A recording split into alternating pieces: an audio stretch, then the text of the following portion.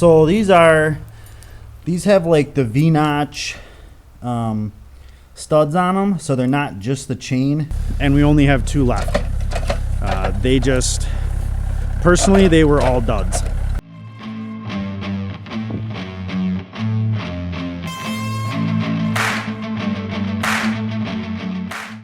Hey, how's it going?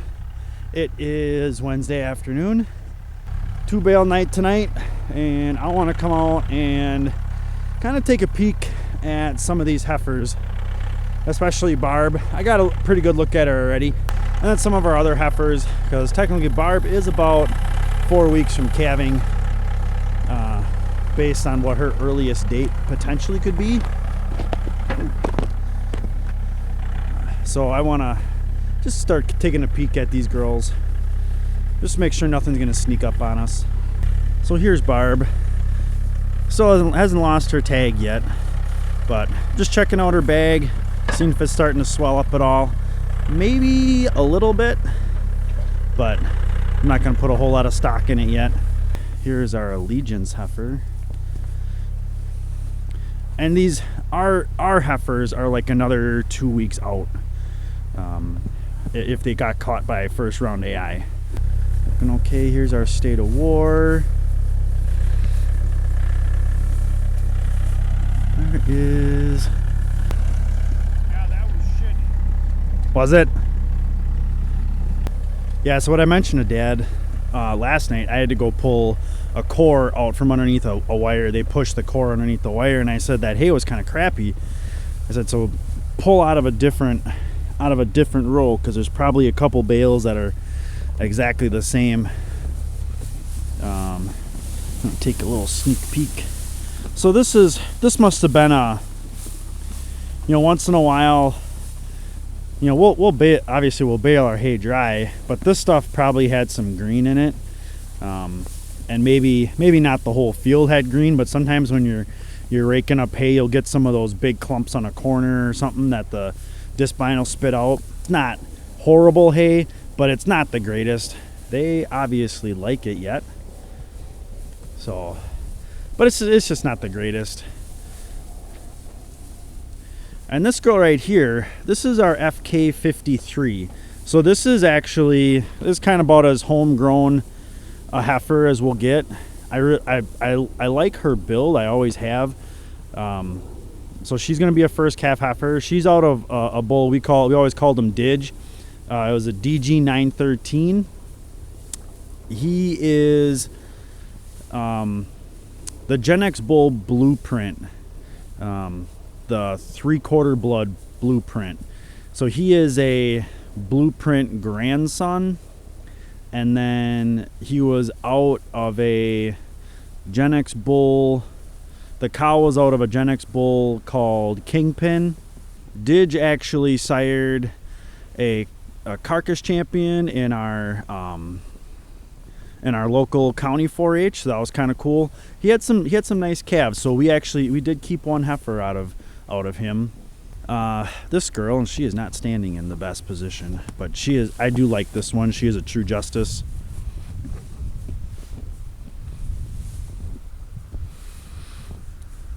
And I'm just really glad she's turned out the way she's turning out. Her mom was a real crazy beans. So she is a true justice out of the Gen X bull Elevate. But that Elevate daughter was nutso. She was hard to work, and when she had calves, she was crazy. She was nuts. We finally got rid of her last summer, and I am really excited about that. But she's turning out really nice, so we'll find out in a month or so how she is at calving.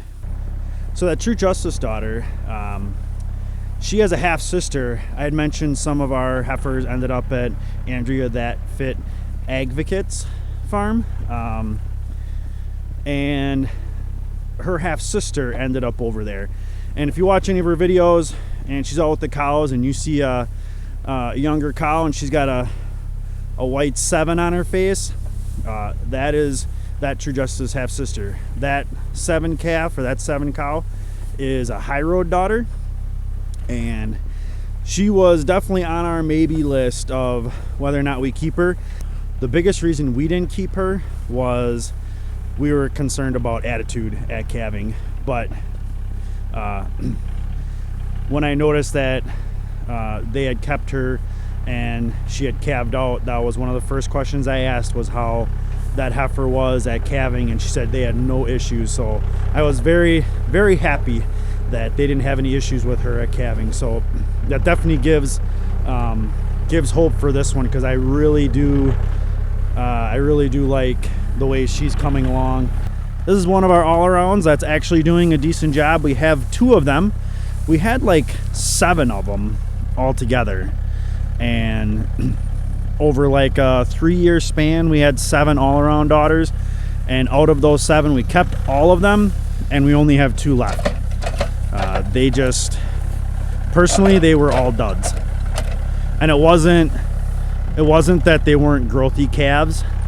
They just had no milk for whatever reason, and they all came out of good milking cows. That is one of our cowboy cuts, and that is out of Piglet.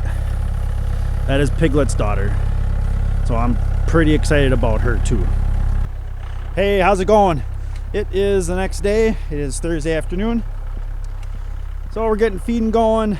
I gotta go shut the water off. We got another couple inches of snow last night, maybe like, I think we got right at about 2 inches, but they're talking another 3, maybe 5. All right, so I got my chains pulled out and I got them laid out on the ground here, and I'll get you a little closer look. So these have like the V-notch studs on them, so they're not just the chain. So then what I'll do is I'll lay them on the ground and we'll spread them out behind the tires, and I want to deflate these tires pretty low. They are radial, so they're still pretty stiff. They don't shrink as much as maybe a bias tire will, but they still will a little bit. And then when I put them on, then I'll inflate the tire back up again. That way it helps me get a little bit tighter fit on the tire.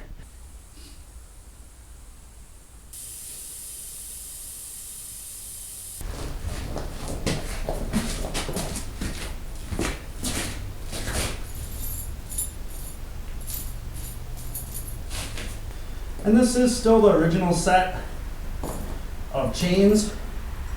I didn't have them right away when I bought the 4-wheeler and the plow. These are probably 10 years old, but for the amount of plowing that I do, I'd say they're holding up pretty darn well. So I've got this side hooked as tight as I can get it. So all this does is this pivots right here. So you slip it through this chain and then you pivot it back, and then it'll hook in this link right between these 2 barbs, and that kind of locks it in place. And then what I'll eventually come back and do is I will zip tie that back so it's out of the way.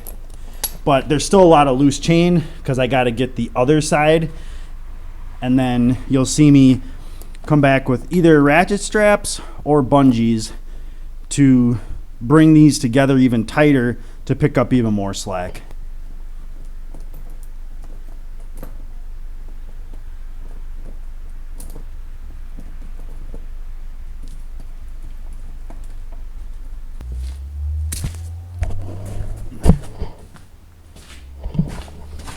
Okay, so might be a little hard to see, but I got this clipped in the same link as the other side, and then I did find a couple of zip ties here. I got more down in the shop, but then I'll zip tie that up there so it's out of the way.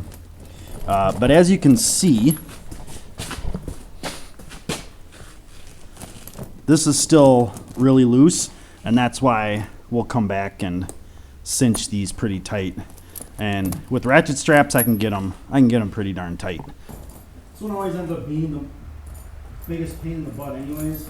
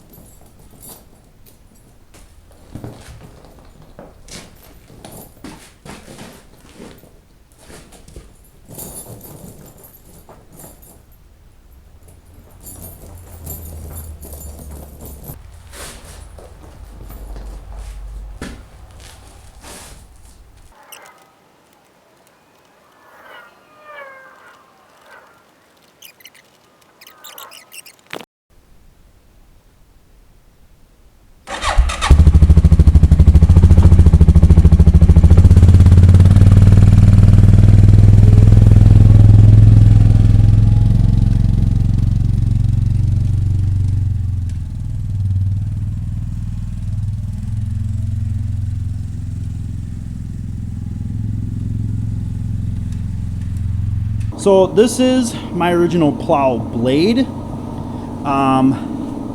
that I bought when I got my four-wheeler. I bought the four-wheeler in '09.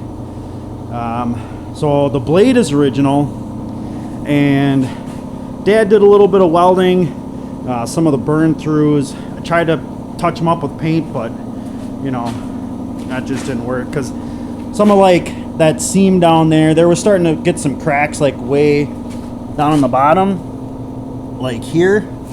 Just some stress cracks from honestly just a lot of use. So it's a 60-inch Moose County plow, so it's tapered here, wider on this end.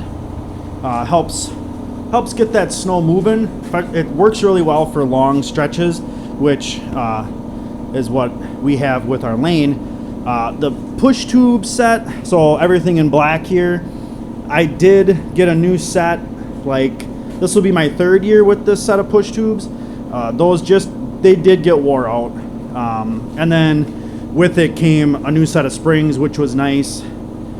And the biggest part was like down here in the pivot started to get wore out, and also where it hooks to the four-wheeler. So I got the push bars hooked up underneath. There's a bracket that just has 2 tabs that come down, put a pin through there, holds. It's pretty sturdy. The only thing I got left is I got to hook up the winch and adjust my height, and I think I'm going to take it for a little spin. I actually did have to completely, I know it's hard to see, completely redo the ratchet straps on both tires. That's how loose they were. Actually, that one over there unhooked.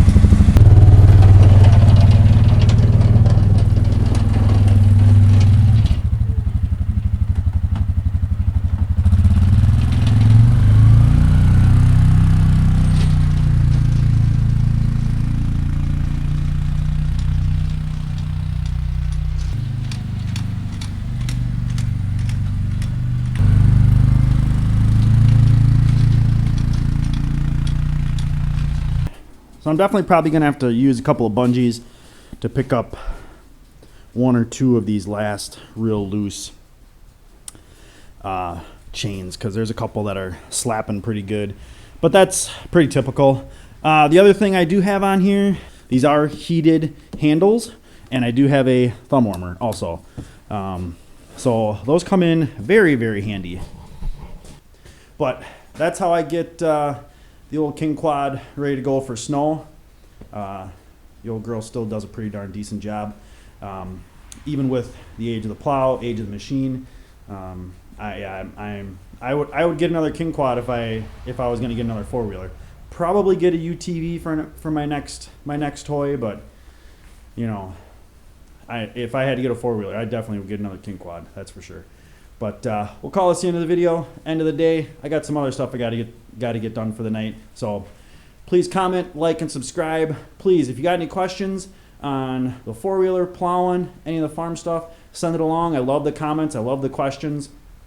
And thanks for coming along.